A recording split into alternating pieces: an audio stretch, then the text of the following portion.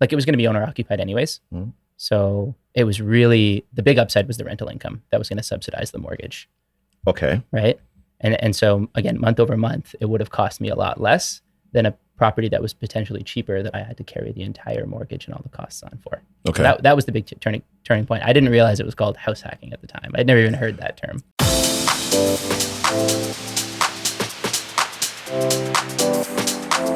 All right. Michael Lombardi, we are live. How you doing, my friend? Good, man. How are you? Good. Thanks for coming in. Thanks for having me. Yeah, I'm looking forward to having this conversation. I don't know your whole entire story, so we're going to kind of dive right into it and have some fun with it and share your journey and how you got into this whole real estate investing thing. Let's do it. Yeah. All right, cool. So there's three things that I really want to kind of cover today. So I want to talk about your real estate journey, Yeah. And house hacking, because that's a big thing right now, because obviously we know that the market has taken off and it's really left a lot of people behind.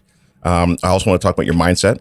I'm huge on mindset. I think that's an important part of anybody's journey and their path to success. Yeah. And then the last thing is we'll touch on what you think is going on in the market and what's going on with you and where are you going. Sure. All right.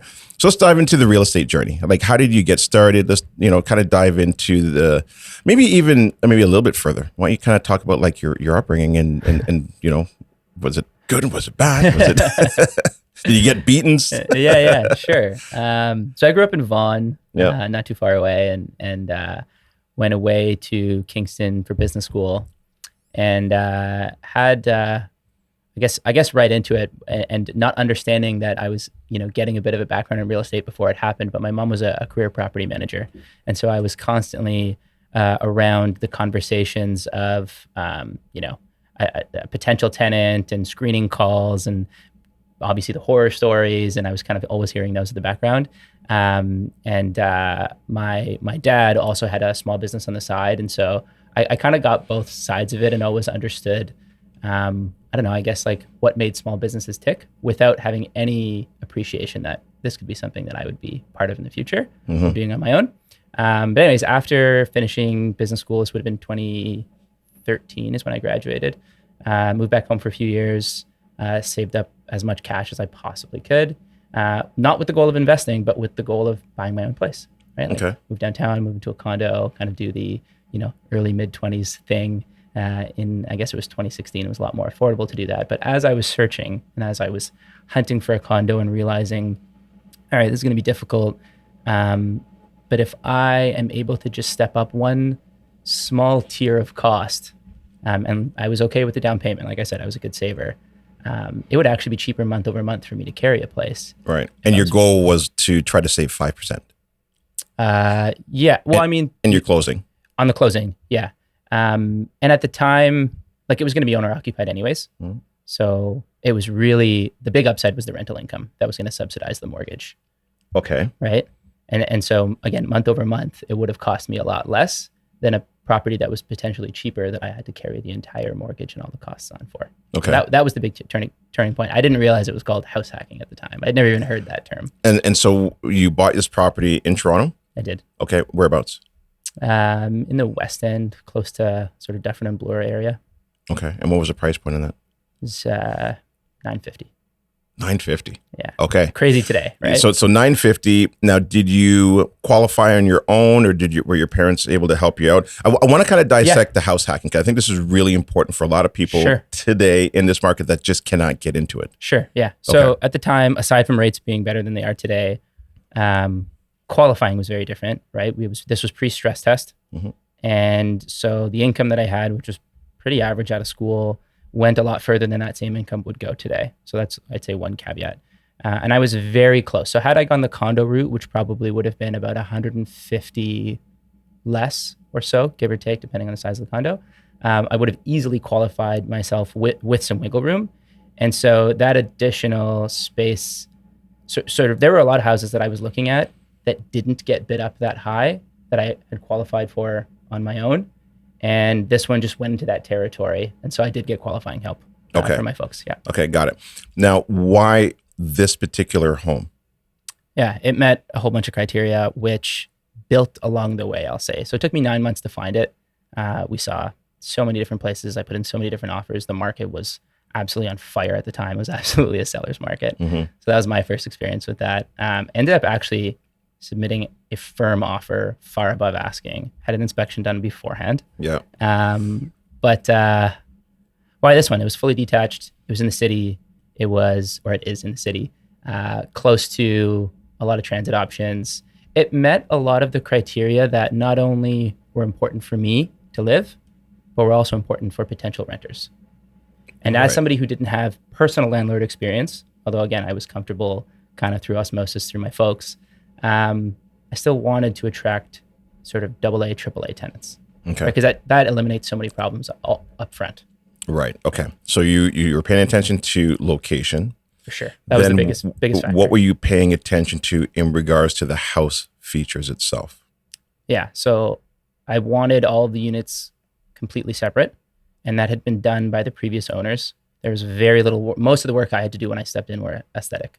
Changed a couple of doors, some paint, nothing really serious. Mm-hmm. So the separate entrance was there. Separate entrance was it there. a legal 2-unit already? Totally. It had 3 units.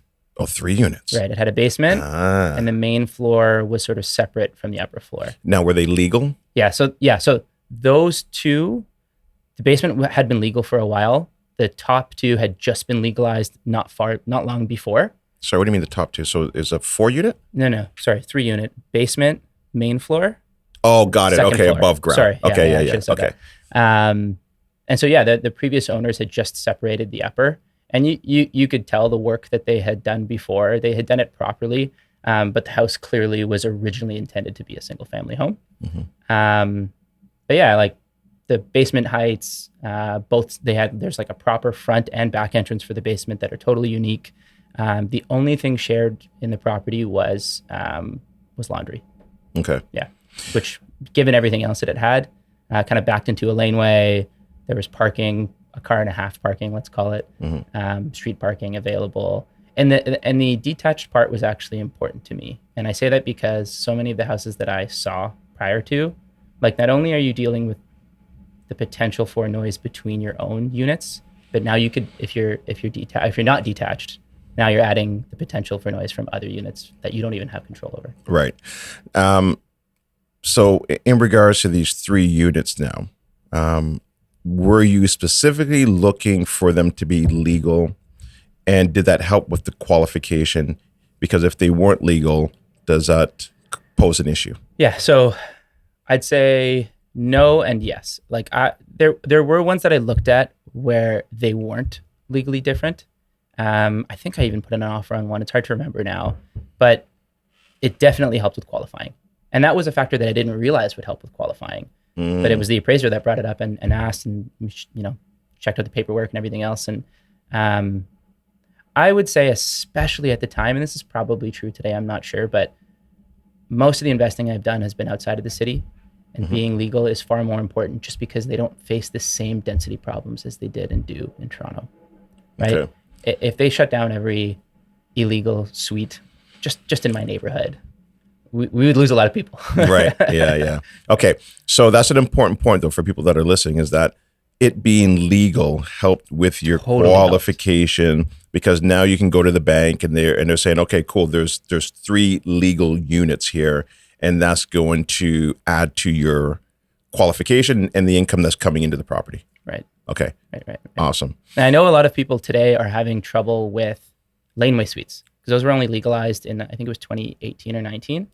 And only some properties qualify, but even if they do qualify, I've talked to a lot of appraisers and they're like, well, the banks still aren't really sure how to account for these things, even though they are completely legal, right? Assuming you get a permit and do it the right way. Every bank is kind of, at this point, this could change, hopefully it does change. They're not really sure how to account for this income. It's not just like having something that's on the main property. So this is a really interesting, I don't know, I guess like new aspect of the market that will develop more. And I assume if they are treating it the same way that they are the rest of the units in the house, it'll make, basically taking out a loan on the property to build these laneway suites much more common. Oh, for sure. Bill 23 is huge. Totally. I mean, this is the first time now. When I first started investing in real estate, I started off in Whitby, Oshawa, Curtis, Bonneville, then went to Peterborough. And because of Bill 23, it's now moved me into the Toronto market because the numbers now make sense. That possible. you can, and I think there's a very small window. Yeah. I think if people are not paying attention, they're going to miss that boat of being able to get into the market in Toronto and legalize a single family. You can even do like a semi-detached. I think you can do townhomes as well too, into a legal 4-unit, possibly even 5 units. That is huge to get into a world-class major city. Totally. Yeah. Totally. I will say that the capital to do that work is bigger than doing an equivalent job outside the city. Just 100%. 100%. But yeah, assuming that's not a barrier or you figure out a way around it, the opportunities are definitely there. Yeah, for sure. Yeah. Now, what kind of rents were you getting on, and how many bedrooms were in each of these units? So it was, main floor was one bed, upper floor is like one and a large den and a large deck. So it's like a large one, let's call it. And the basement was one as well. Okay. I'm trying to remember back then because they're very different. No, let's talk about like current market. Yeah, okay. I think that's more important, sure, right? Yeah. Because I know rents of that doesn't even. Yeah, it's not relevant at all today. Totally. Exactly. But it's funny though, because when I was playing that game back then, before I even firmed up on the offer and trying to figure out, okay, what's my cash flow going to be like? I was definitely negative month over month, but negative, and I'll get back to answering your question, but negative cash flow in the city, even in 2016, was par for the course. No one was expecting those properties to cash flow. It was like, you better come with enough capital to carry these properties. Yeah, but I didn't even know if I'd call it even a negative cash flow because you're living there. Sure. So it lowers your living But even expenses. if I wasn't there, if somebody were to just buy this on its own, it still would have been pretty close, a little negative with everything. Right. But again, like the other Toronto investors I knew or the other people I knew who bought in the city and were, I don't think I knew anyone that was house hacking at the time, but had just owned the properties. No one was like, oh, this one is 700 cash flow. This one's 400. This one's 3. That wasn't really talked about until you own the property for a decade.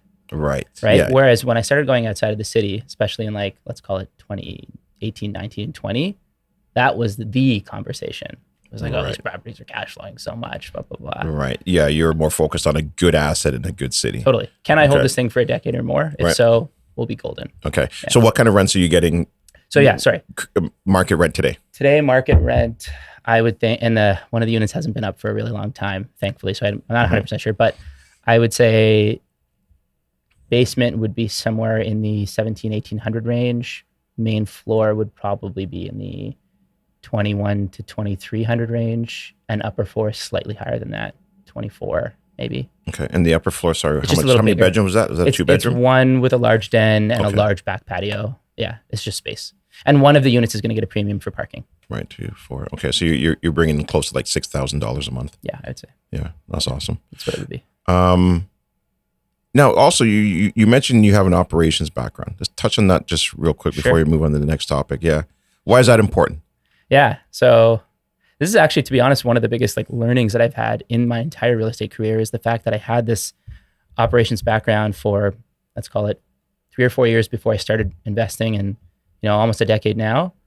And I always underappreciated that I could actually use it outside of work, that I could use it in this. And I think, and the reason I say it's a big learning is because a lot of folks, I think, don't use the skill that they use at work, whether it's marketing or sales or a hard skill, right? Like if they're technically inclined, they just like turn it off and then they're like, now I'm a real estate investor. What is operations though? Sure. I think it's essentially the ability to understand where you can reduce variable costs, but also account for the fact that there's some local nuances that you need to appreciate.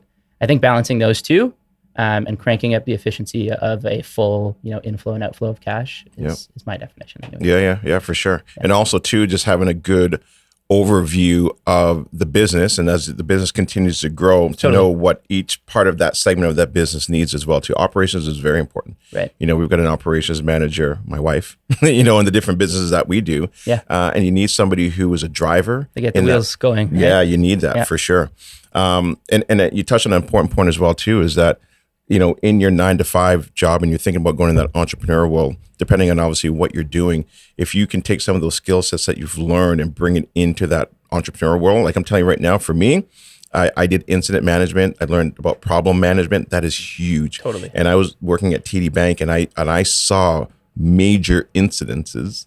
And when you're talking about millions of dollars or servers or infrastructures being down for the bank. Yeah, time is And so valuable. you see the way that an organization that large operates to manage that and then get it back and running again, and then Right. go through the problem management of this happened.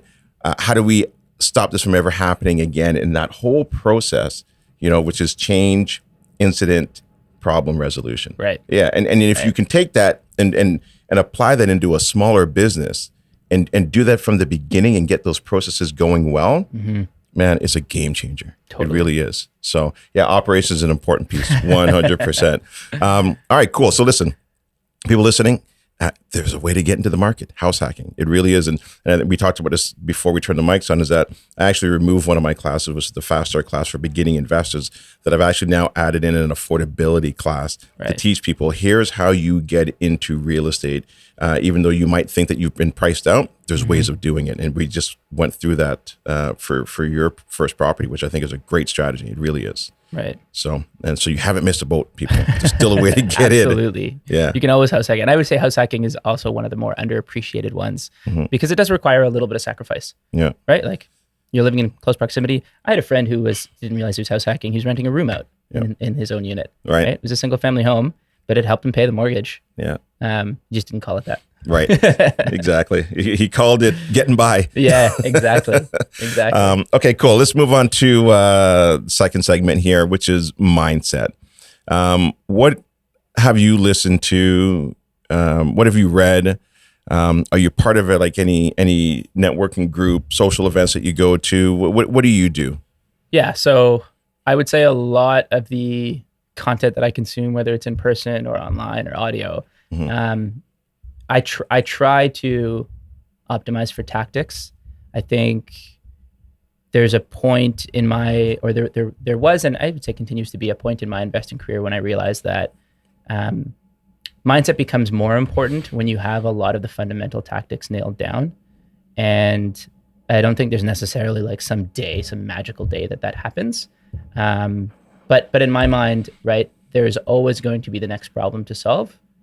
Your job is to figure out what the most important one is for you at this time, right? Where's your time best spent? Right. So And prioritizing, planning out your day, start your day before. Totally. Well, finish your day before you start your day. Yeah. Right. I mean, and I would say, like, when you go through that process of let's say looking at your entire day, breaking it down into little chunks and realizing, okay, this is where I'm spending my time today, and maybe I shouldn't be doing that. There's some tasks that I can either outsource or automate, or we can kind of get into that conversation. That process is a critical one, but it changes over time.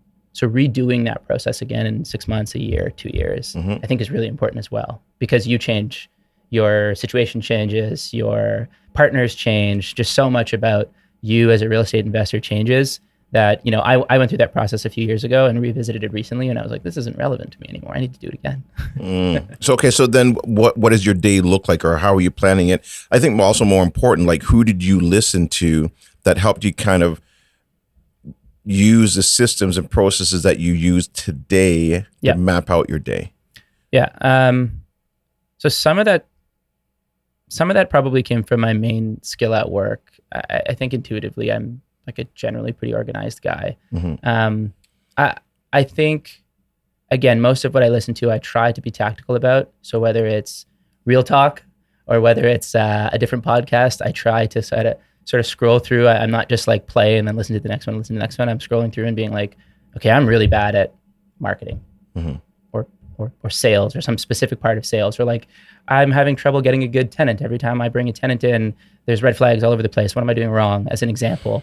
And I'll try and find content specific to that. And I think the other piece about it, given the, I don't know, like saturated world of content, there's like no limit to what we can consume. And I'm a big podcast guy, which is why I'm giving that example. But the reason I say it is because there are so many folks out there that I think are giving advice that haven't done the thing.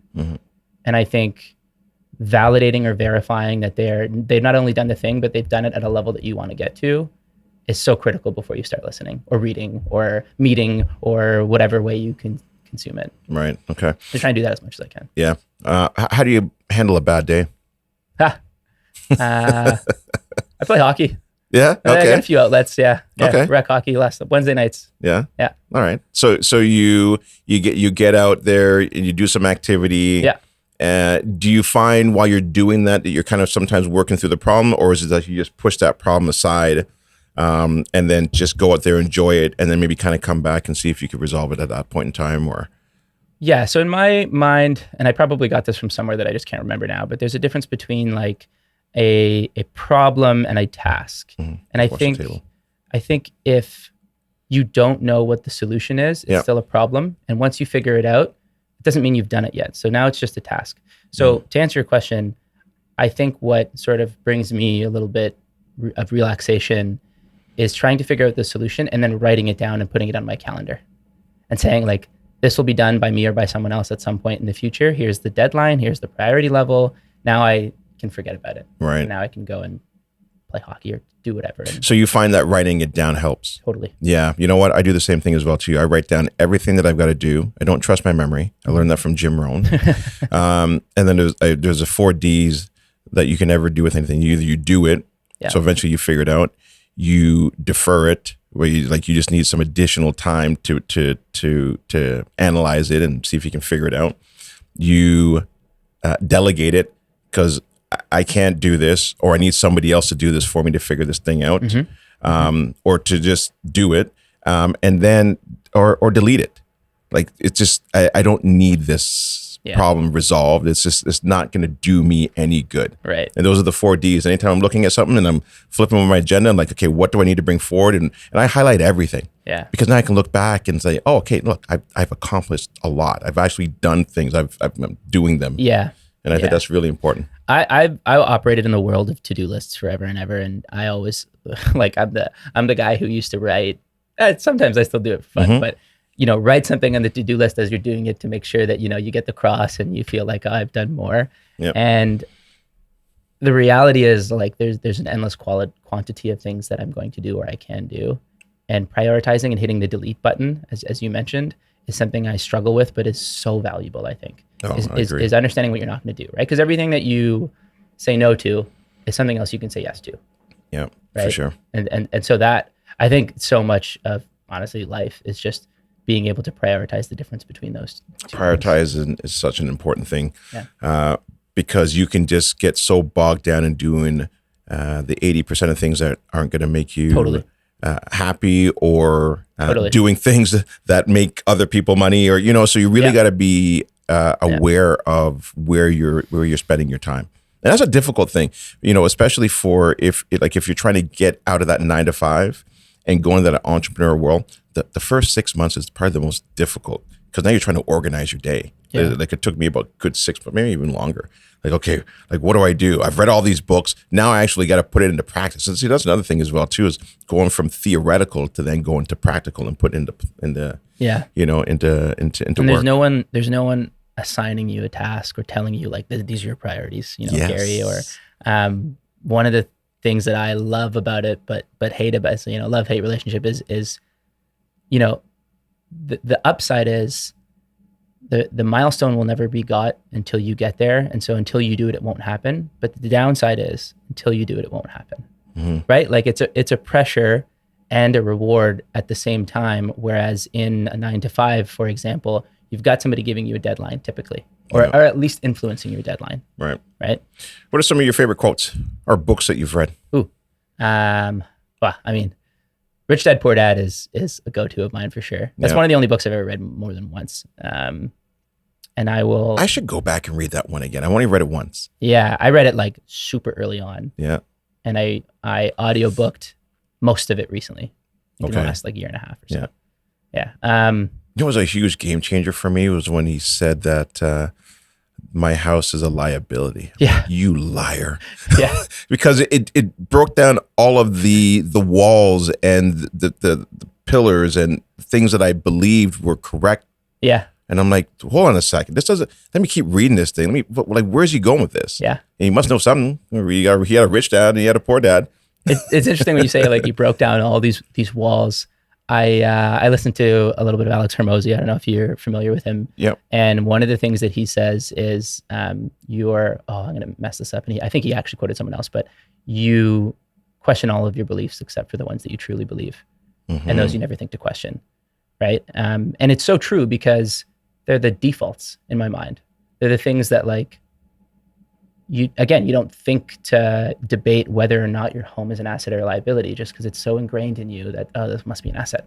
Yeah. Right. It's going to grow over time. I'm going to make money one day, blah, blah, blah. Right. Yeah. And then it takes typically not only an external factor in my belief, but someone who you have gained some sense of trust in externally to make you truly question it. You're like, is this really true? And I think a lot of times in the real estate community, we call them like limiting beliefs. Yeah. Just like defaults, right? It took a while though. Like even though I read it still didn't compute for, I would say, probably a good couple of years, you know? And then finally, when I was like, okay, I get it.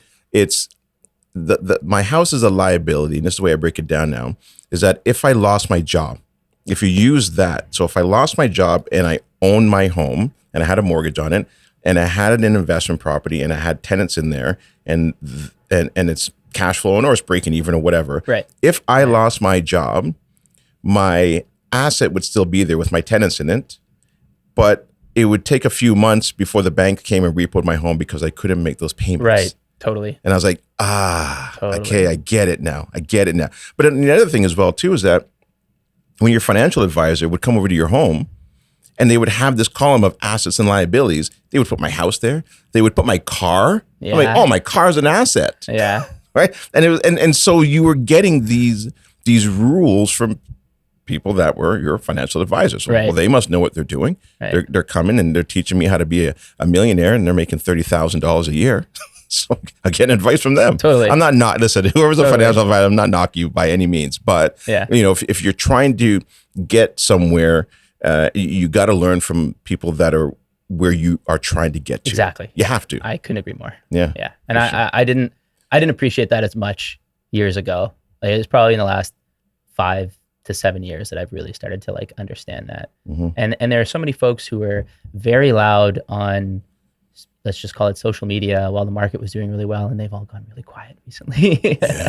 Right. And I wonder like if they really had a portfolio, or if the portfolio was really doing as well as it is, or what do they say? Like, I don't know if it's a Warren Buffettism or who said it, but you know, when the tide goes out, you can see who's swimming naked. Yeah. That's happening right now. 100%. People got crushed. Totally. People thought real estate investing was easy, and they got crushed. Yeah. It's all about being able to hold during times that are tough, and the times that are tough are inevitable. We just don't know when. At some point, they're hopping.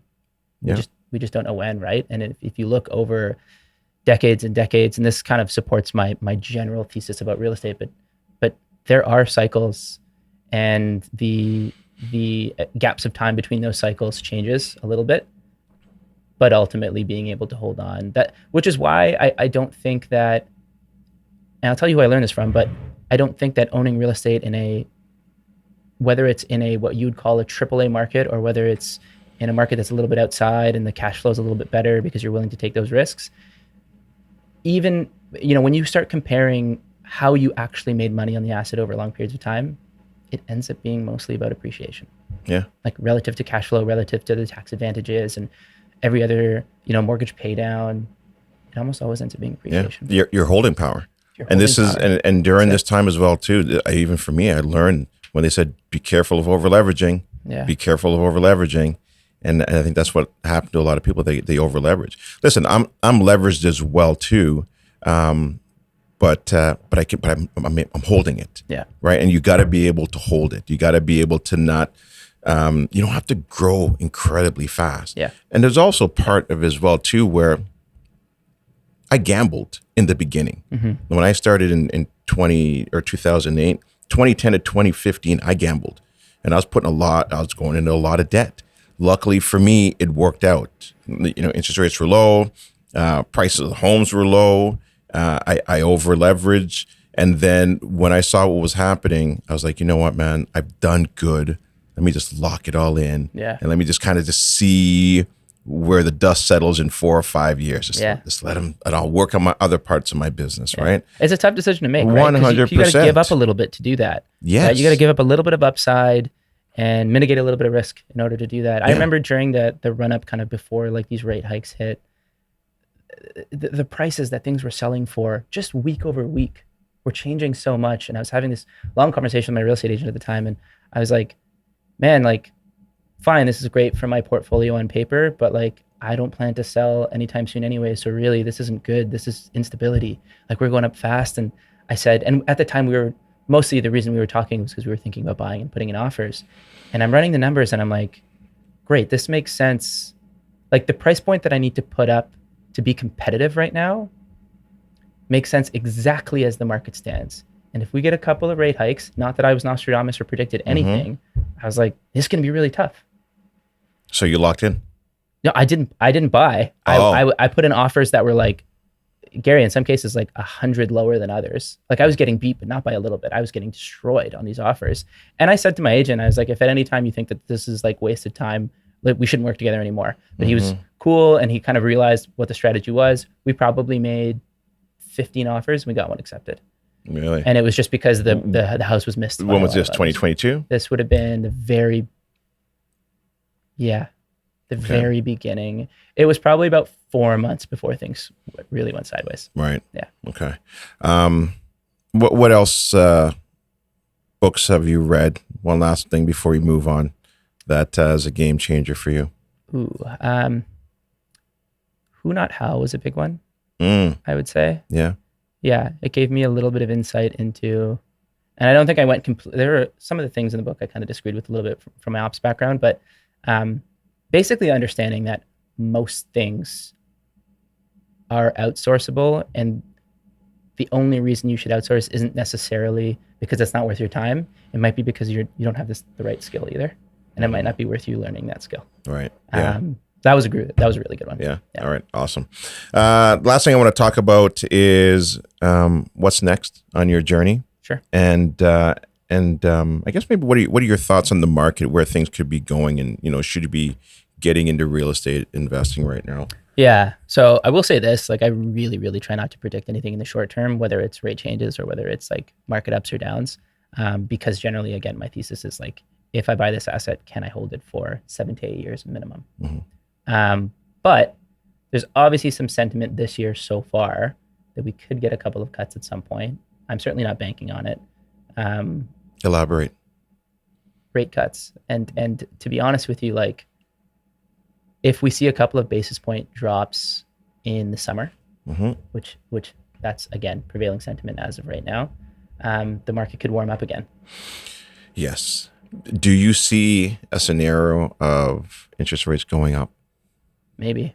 Really? Maybe. Like, who knows? Like, we've heard this, when I'm quoting like sentiment, whether it's, Tiff Macklem's latest, soundbite, or whether it's the bank speaking, we've heard it before, and then a few months later it went the opposite way. And so I try not to put too much stock into it. I said the same thing the other day. I said, you know what? It wouldn't surprise me if they raised rates. It honestly would. You know why? They've gotten it wrong all the time. That's exactly what you're saying. Like at the beginning of COVID, oh, here comes the crash. Did the complete opposite. Oh, inflation is transitory, so rates aren't going to go that high. Complete opposite. Right. And now everybody's talking about, they're going to probably do about maybe 6 rate cuts this year. Now I think we're down to 4, maybe 3, maybe none. But you're right. Like, I stay out of the prediction game. Yeah. And control what you can control, right? And that's it. That's all you can do. And I just focus on fundamentals. What are the fundamentals? And I don't want to speculate. I just want to do what makes the most sense. Yeah, I would say in terms of what's happening with the market, my biggest takeaway from this, because this will all happen again. It might take a bunch of years, but it'll happen again. Yeah. And hopefully I'm still around for it. But I wish I would have had a lot more cash on the sidelines. Yeah, me too. In so many different ways it would benefit you. Yeah. Whether you're buying again or not. Right? You want to renegotiate with the bank. You want to, maybe it doesn't make sense for you to refinance. Maybe you've already got things locked in. Great. Having cash on the sidelines is still very helpful. Right. Maybe there's a great deal that suddenly comes to the surface. Yeah. And listen, my it is good to have some good or some cash on the side, especially when these type of markets do present themselves. Totally. But my guys out there right now, and they're putting offers in for clients. Multiple offers are back because everybody is under this impression that rates are going to go down. Yeah. And so they want to get ahead of it.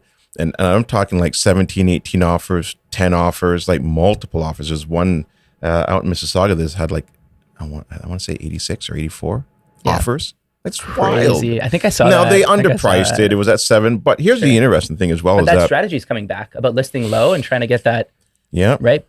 That slingshot. for sure. That went away for a long time. But you know what? It didn't even go over $1 million. So it's also an indication that people are not willing to overpay Right. as well too. Right. So it still sold for what, tell you the truth, I think it actually probably might have sold actually maybe a little under Right. What market value is. Yeah. Until we see the volume of sales starting to come back. And I try not to look at volume because as an investor, like price is what I think about mostly. But I think until we start seeing, like when that comes back, that means there's more of an agreement between the sellers and the buyers. They're more on the same page. Right. I still think right now their sales volumes are still pretty low, and the expectations are a little too far apart. Yeah. Right. And the reason why I kind of brought that up as well too, because it was I was reading the Globe and Mail and it said the Federal Reserve has more work to do before it can consider cutting rates after the CPI data last month came in slightly hotter than expected. Right. So they got to keep that thing under control. Yeah. And if all of a sudden now, people are out there and they're putting in offers and the price of homes start going up and maybe rent starts going up a bit more, that's part of inflation. Right. And then you also got to pay attention to what's happening on a global scale as well too, at the macro level. Totally. Are they going to war? If you go to war, what do you got to print? Sure. You got to print a shitload of money. Yeah. So there's a lot of different moving pieces that people have to pay attention to. I think the immigration changes that they made recently in Canada are going to be a huge factor in this, right? Yeah, I saw it, but I haven't read into it yet. They're cutting back a bit on students. Yes. Yeah. That's mostly it. There was basically a massive influx of students in the last, more than a year. We've often had that volume, and yeah, they're essentially putting limitations on what's going to happen in the future. And so I think there's a few more changes coming as it relates to that. But for us, I think what's important is like, how does that impact the total demand of these places? Right. For sure. It's just the number is too big for it to not have an impact, I think. Are you looking to purchase any properties this year? I hope so. Yeah. Okay. Yeah. I'm looking on a lot slower basis as I ever have before. Where? Mostly, And what style? What type of strategy? yeah. So again, when things are more difficult like they are now, I want to stick much closer to what I know really well. So BRRRRs, conversions, single family to duplex, single family to triplex is what I've done the most volume of. And that's what I'm most comfortable with as it relates to contractors and power team members and everything else. And so that's probably what it'll be if I purchase this year. Okay. East side of the city or west side? Niagara area. Okay. So you like that area? Yeah. Okay, cool. Yeah. I'm just, again, very familiar with it. Confident that if a deal did come up, I'd be able to act pretty quickly. Whereas outside of it, I'd have to do a lot more homework. Not to say those deals aren't good. It's just not my expertise today. Is there a price point that you're kind of looking at that you're comfortable in? Yeah.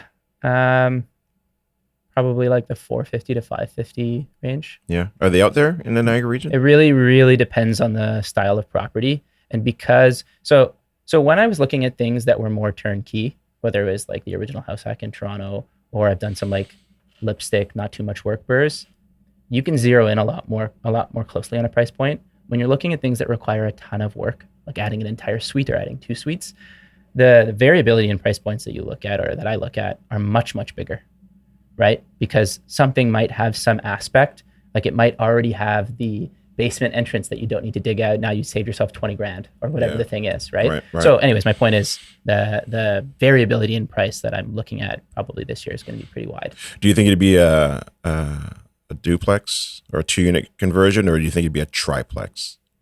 I'm open to both. Yeah? I'm totally open to both. Yeah. Okay. And then are you doing this on your own? Are you bringing in investors, partners, JV? hopefully this one will be on my own. I try to, this doesn't happen 100% of the time, but close to. I try to make a deal work on my own. Mm-hmm. And if I can bring in an investor, it's like a bonus.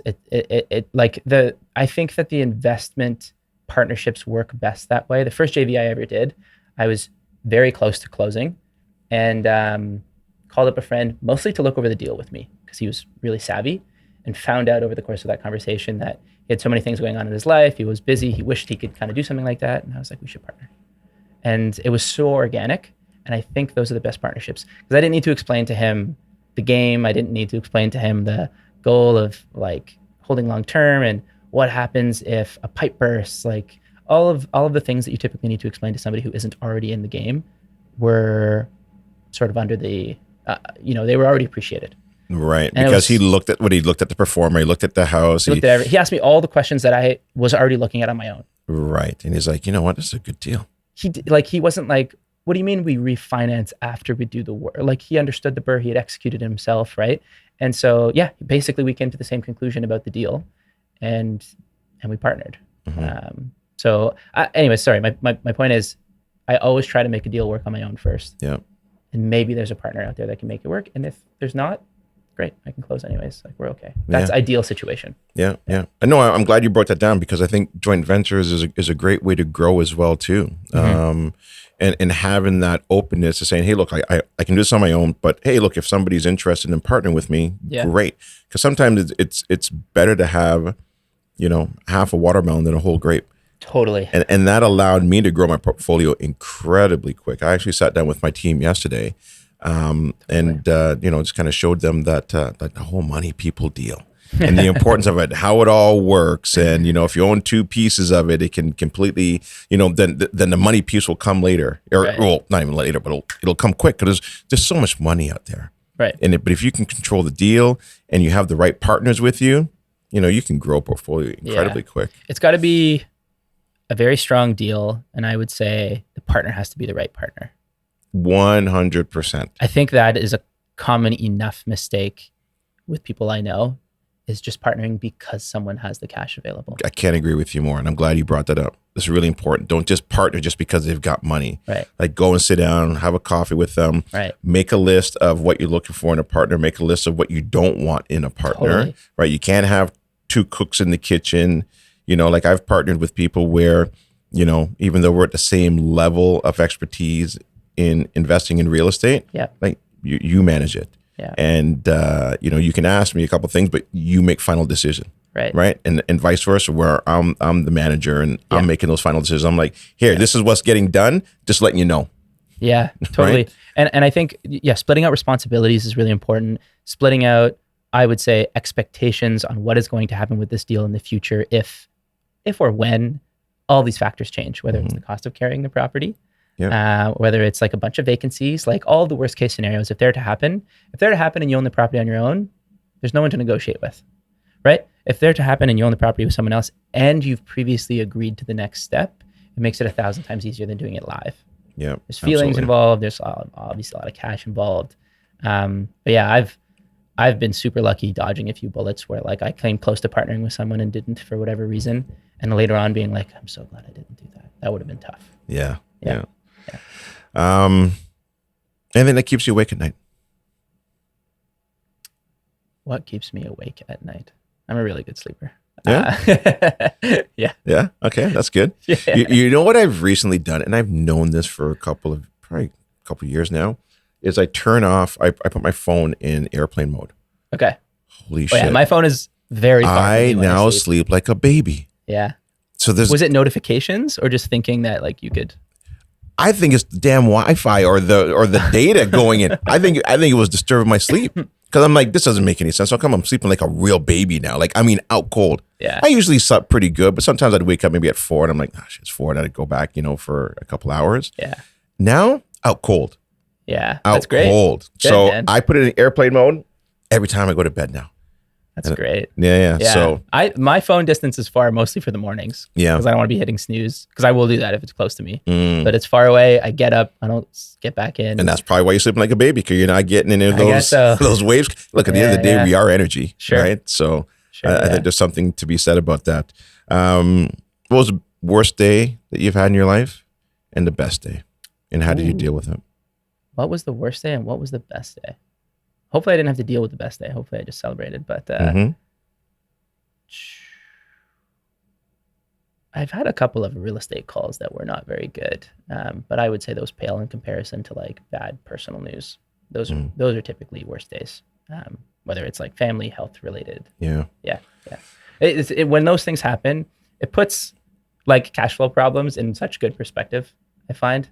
It's unfortunate that it takes those things to happen, and maybe that's not the case for everybody, but I'm often like brought back to 10,000 feet when those things happen. Yeah. Those are worst things. For sure. Health is a serious thing, like you could have 100 problems, but once you have a health problem, Everything else matters. you've only got one problem. Yeah. You just want that health problem resolved. Yeah. So Totally. any last piece of advice that you can share with anybody that's listening and they're enjoying your story and they maybe want to get into real estate or Sure. buy their own home, house hack, just anything. What's a piece of advice? I would say something that I wish I had earlier was there's often this sort of piece of advice that people give to take action. And for a while, taking action was basically defined as like putting in an offer on a property if they're getting into the real estate game. And I would just change the definition. I agree that taking action is important and learning and taking action on those learnings is critical.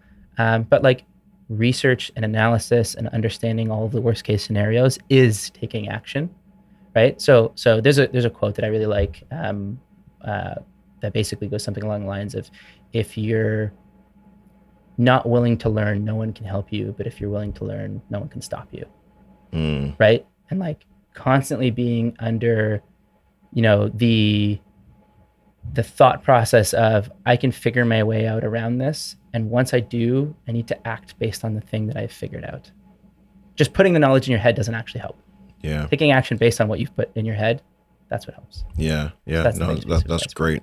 That kind of reminds me of, I listened to Patrick Bet-David, and he said something on his podcast the other day. He's like, pray like God is in control and fight like you're in control. That's good. I like that. Yeah. It's powerful, right? Like it's on you. Like go do it. All right. Awesome. Listen, I enjoyed this conversation with you. If people want to learn more about you, how can they do that? And before you do, listen, if you've enjoyed this podcast, leave a review, maybe even flip me over some questions that maybe you want to ask Michael. You can send it at gary@smarthomechoice.ca. If people want to get a hold of you directly, yeah, I would say my Instagram account, Certain Capital. That's probably the best spot. Yeah. Okay. Yeah. Perfect. And then what's your handle on Instagram? It's at Certain Capital. Oh, okay. That is your. Okay. I think I missed the first part. So you just want people to go right to Instagram. Hit my DMs. It's me.